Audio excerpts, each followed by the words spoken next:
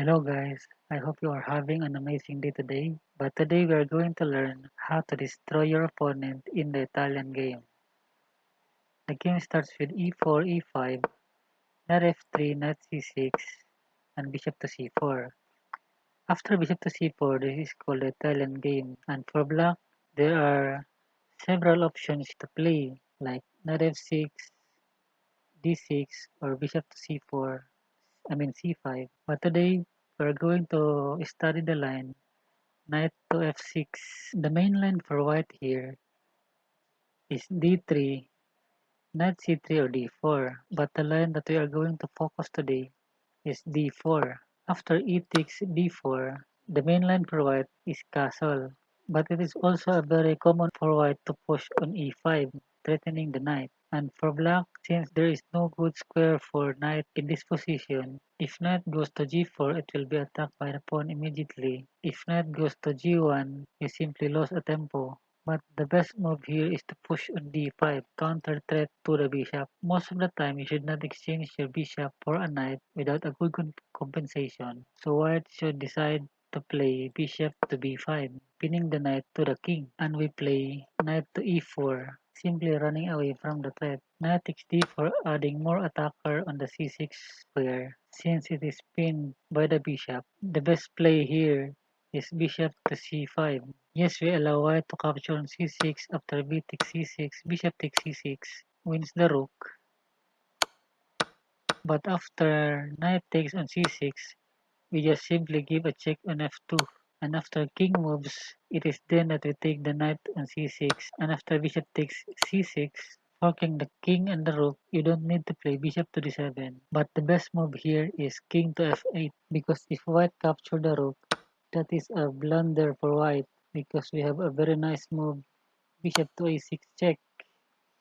And as you can see, there is no squares for white, but instead, he has to cover the check with the queen, and that is already winning for black. So let's go back a few more moves.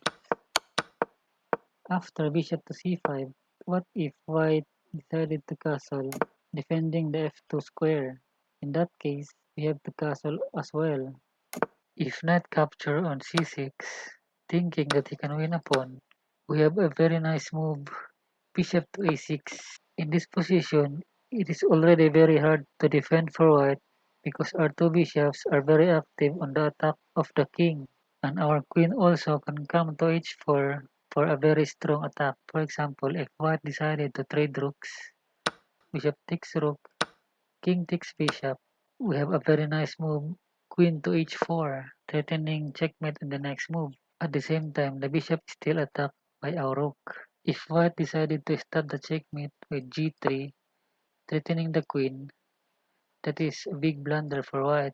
After queen h3, the king cannot go to g1 because after bishop takes f2, king h1, knight takes g3, checkmate.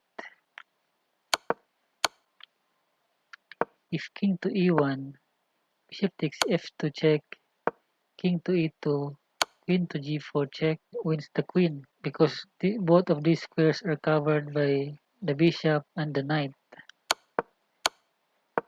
So after queen h3 check, the only good move for white is king to e2.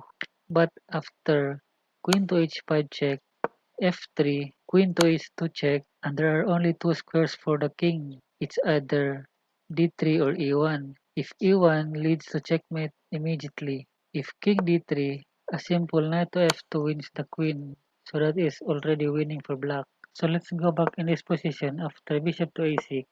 What if white decided to decline the exchange with the rook to e1? As you can see in the evaluation, rook to e1 is also a big blunder because if we take on f2 threatens the queen, and after queen to f3, queen to h4, bishop to e3 blocking any potential check from this diagonal.